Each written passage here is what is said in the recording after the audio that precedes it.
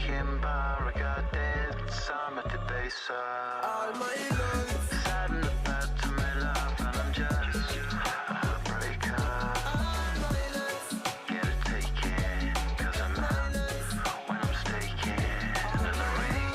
Sad and the bad to my love, and I'm just a heartbreaker. All my life. All my life.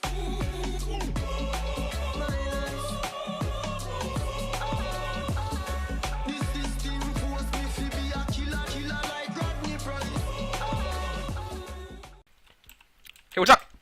We're back for Walking the Plains Season 4. Hell yeah.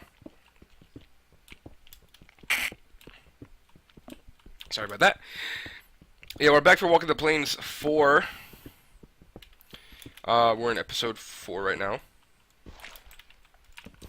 And last time, we basically talked about, well, if you don't know what we're doing right now, we're talking about Darth Bane, Path of Destruction. And we're talking about this book called Darth Bane, Path of Destruction. It's a great book. And where we left off, we were learning about the Jedi. We're on chapter 22. Bane is going to the Lost World, and he finds the Rakatan Temple,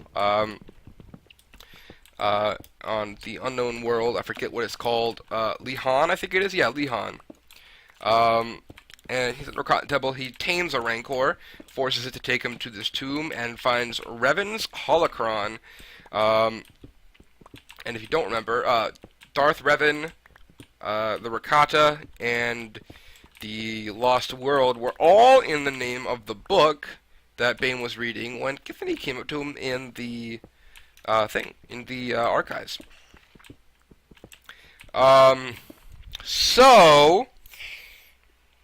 He's basically just learning from Revan's holocron. He's learning all these Sith rituals, one so dangerous he wouldn't even attempt. He's just gaining all this information. And then we flash to Githany, who's at the Sith camp, and she had a dream, and she realizes Bane's gonna try to destroy the Brotherhood. So she goes to Khan, and it's like, Bane's gonna try to destroy the Brotherhood, we need to get rid of him. So Khan goes to Qasim. Yeah, Khan goes to Qasim, and it's like, I know you're really restless, so I need you to go to the Lost World, Lihan, and kill Bane, even though he was, your personal trainee. You gotta kill Bane. So he's like, okay, I'll try to convince him first, but he won't listen, so I'll kill him. So then we're at Bane learning again. Bane is learning from the holocron, and he's basically at the tail end of the lessons. He's learning. Oh well, a master should never take more than one apprentice, or else he'll always rise up against him. It's inevitable. And then when he's done with it, he's learned all the information he can from the holocron, from Revan's holocron. And it's basically useless now. It's a useless piece of junk. It only looks cool, so he just smashes it to bits. Even though it's been there for 1,000 years. Or over 1,000 years. But yeah. So he destroys the holocron. It's like, oh yes, I'm now powerful. And then we switch to Qasim, who's he kills probably the same Rancor, maybe the same Rancor, I'm not sure. He kills a Rancor, who goes after him. So instead of taming it, he kills it at the at basically where the ship docked or ships land.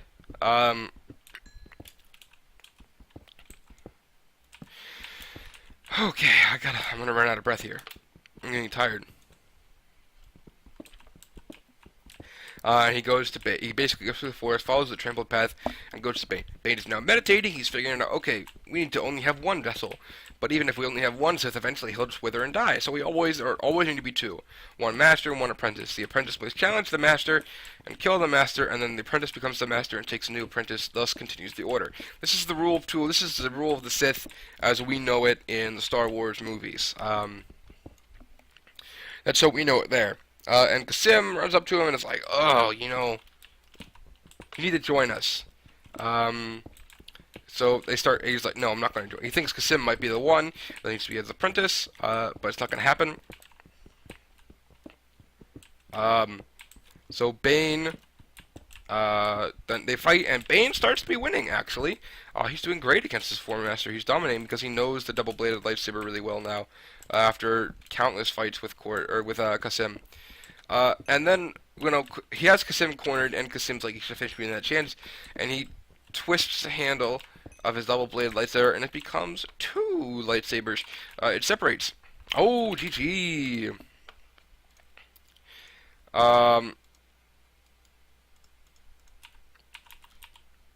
G fucking G. So yeah, it becomes 2 lightsabers, and now he's winning. Now he's clearly got the fight.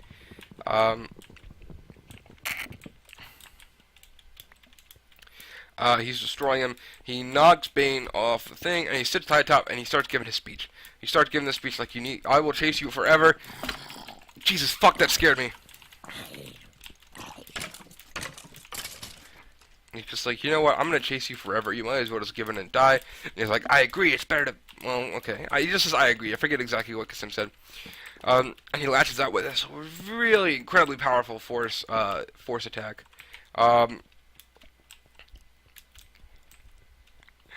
Unfortunately, Qasim throws up a force barrier, so he can't get hurt by it. But the temple is not barriered, and the temple gets destroyed, and it falls on him and crushes him and destroys him.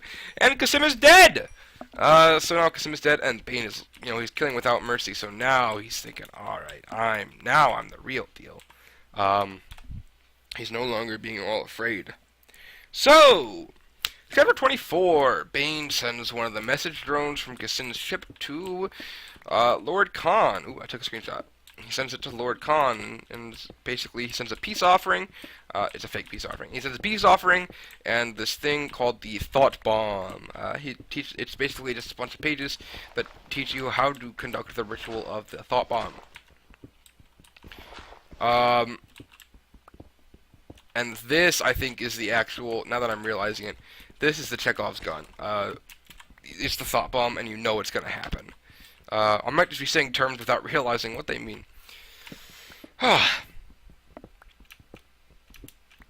Okay.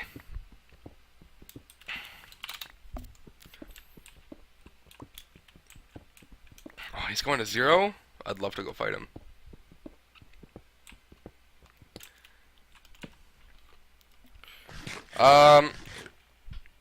And then we switch to the Jedi, and we see that Pernicar dies in a raid. Farfalla comes a bit too late to save them, or to save him, and Hoth's all mad, so he starts lashing out. He's like, get out of here! So Hoth takes Farfalla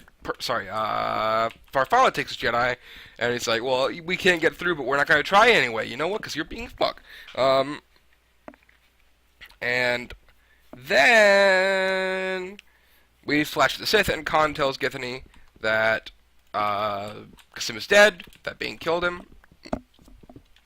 and shows the message, and Githany's like, I think he's sincere, but I'm just gonna go kill him anyway, because he's too dangerous, and eventually he'll get over the fact that he just killed Qasim.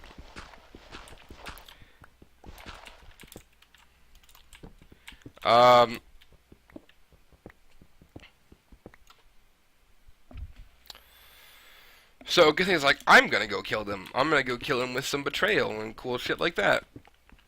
So Bane, now we flash forward to chapter 25, and Bane is on this world called Embria. It's a cool world. Basically, one time a sorceress tried to perform this really powerful spell. Instead, it just messed things up and killed her. Eventually, a Jedi came in and contained all the horrible dark side power to Lake Nath, and Bane made camp right on its shore. And he's still meditating. He's thinking, I want Githany to be my apprentice. I think Githany could be my apprentice, and I'm going to destroy the Brotherhood. So Githany goes up to him, and, they're talking, and she kisses him several times, and Bane realizes, oh, she's trying to poison me with this really basic poison. Wow, I'm insulted. And then when Githany flies away, we see her perspective, and we find out, no, she was using the basic poison as a cover-up to make him feel confident in himself. There was another poison under it called, like, Synox or something. Basically a really evil-sounding poison. Then we flash forward to Bane again, and he's sick now. He's feeling the effects of the poison. He takes a land crawler. He tries to get to safety. He crashes because he can't really see what's going on. He's just letting the force guide him at this point. A dad and 3 kids come by, and they're trying to loot the thing because I think it's just like a freshly crashed thing. And one of them finds the lightsaber, so Bane starts killing them all. He kills the 3 kids, feeds on the dad's despair, and then murders the dad while he's holding the dead body of his sons.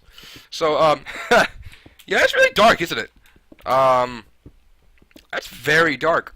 But, I mean, it's the dark side of the Force.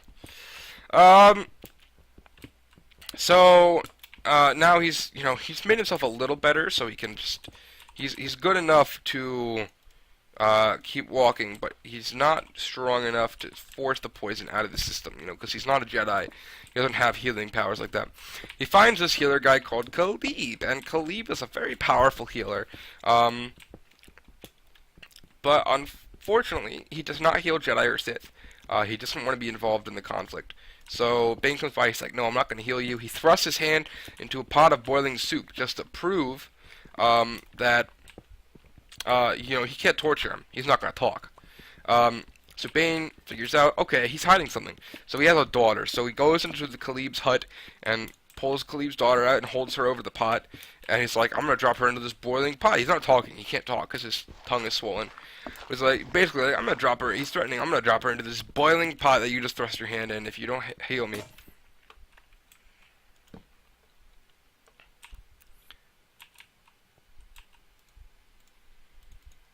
So he's like, fine, I'll heal you. So he heals him.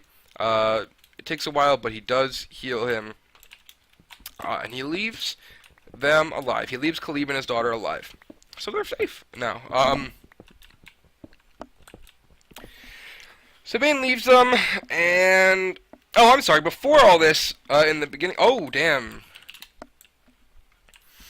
Before this, in the chapter, we saw Hoth get a vision from his old friend Perdicar, who died in that raid. And he's like, you need to be more accepting of Farfalla, and, he's got your reinforcements, and they can help you, and he's like, okay, I see your point. And so he comes awake, and, there's an aide there from Farfalla, and he's like, you know what, I'm going to meet with Farfalla, or not I'm going to meet with, but I'm going to start working with him again, and I want to apologize. They still can't get to each other because there's a blockade. Only, like, small ships can really scoop by it. These large, like, transport ships, they can't get through. So now we flash forward to chapter 27, where Bane is going to Ruusan, where the fighting is all happening, and, between all the Jedi and the Sith and all that, so... Certainly interesting so far. And we're flying through this. We'll definitely be done by the time meetup happens. Done talking about this book, I mean.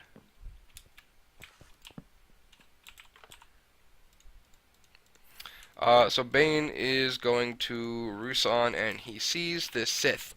He sees this Sith guy. It's a battle happened here a while ago, but there's one Sith guy who's still alive. One of the lesser students at the academy. So he sees this guy, and he basically murders him. He just kills him. He kicks his head in. It's kind of hilarious. This made me really dark. Damn, I can't find any good shit, man. Do I have more gold even? I don't have more gold. Okay, so... And then, so we see Khan's having this meeting. He's just, like, having a meeting with the guys. He's like, alright, well, we gotta... people are on that thing. I hope they don't message me. They're gonna be pissing me off if they do that. So they're having a meeting, a strategy meeting, and Bane walks in the middle of it, and they're like, what? You're alive? Okay. Didn't see that one coming. And he's like, you're not thinking like a Sith. And so he's like, we're gonna perform this ritual. And so that's the end of chapter 27. So chapter 28, we're moving fast, guys. We're speeding through this book. The actual audiobook is like 12 hours long. The book itself is 400 pages.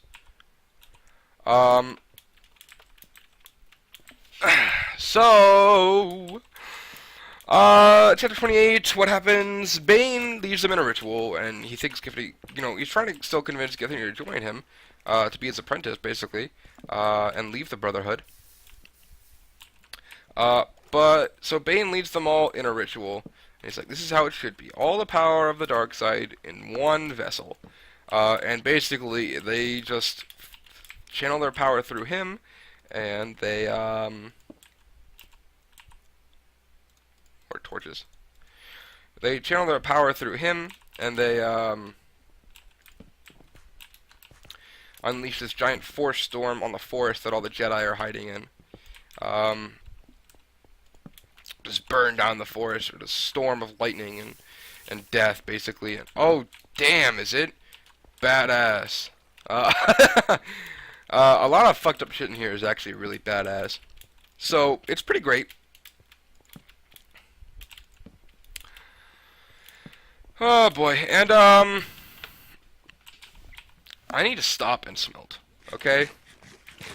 I need to stop and smelt some shit because I am running low on food.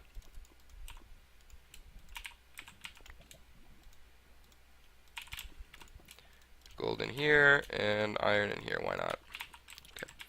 Okay. So, what's gonna happen now is, then Khan breaks it, and he's like, okay, well, we're good now. That was a good ritual and all, but we're gonna go kill them with our speeders and, like, shoot them down and stuff. I hear lava, it's like this way. So they all go, except Cordis goes back to where Bane is, because Bane is now going to the communications tent. He's intent on betraying them. Hold on, I gotta find this lava.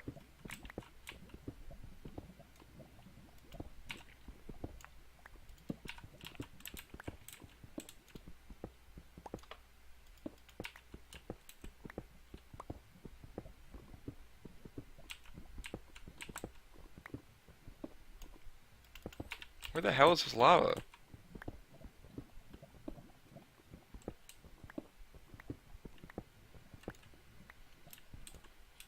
I'm missing it now.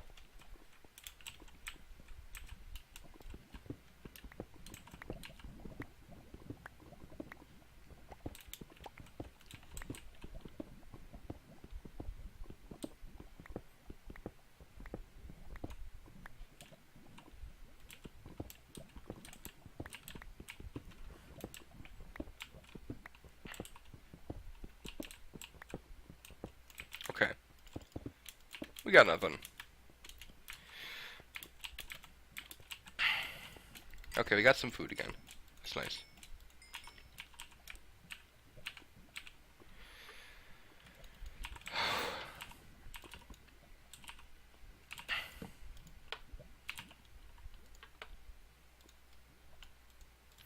Sorry, so basically they have an argument and Bane just chokes Cordis to death.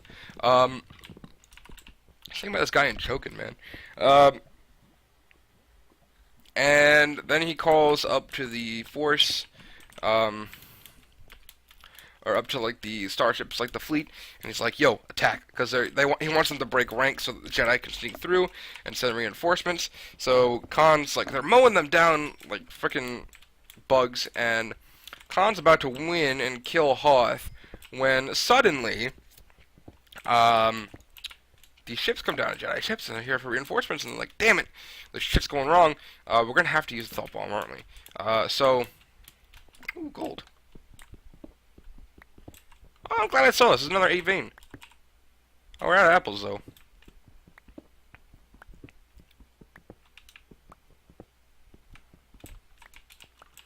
That sucks.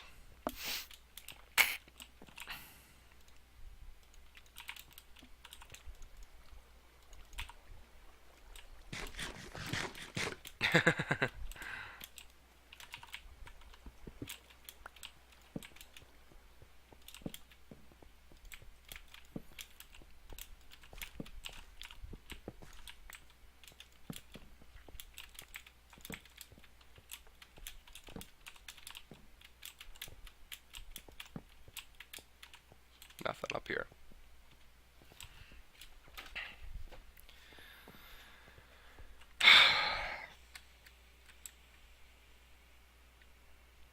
So chapter 29. Oh man, GG.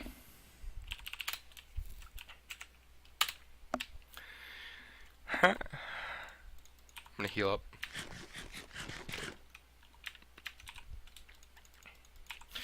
Chapter 29. We're getting close to the end, guys. For follow meets with we'll get, you know what, we're gonna get to this in a second. Okay. For follow meets with Hoth, he's like, alright, I got you a bunch of Jedi here, and they're like, they're probably infighting against, like, they're coming to their old ways. And that's where, and now on the next episode, you're gonna find out, Khan and Bane are gonna have a confrontation, and you're gonna find out how that goes. So see you all next time. Goodbye.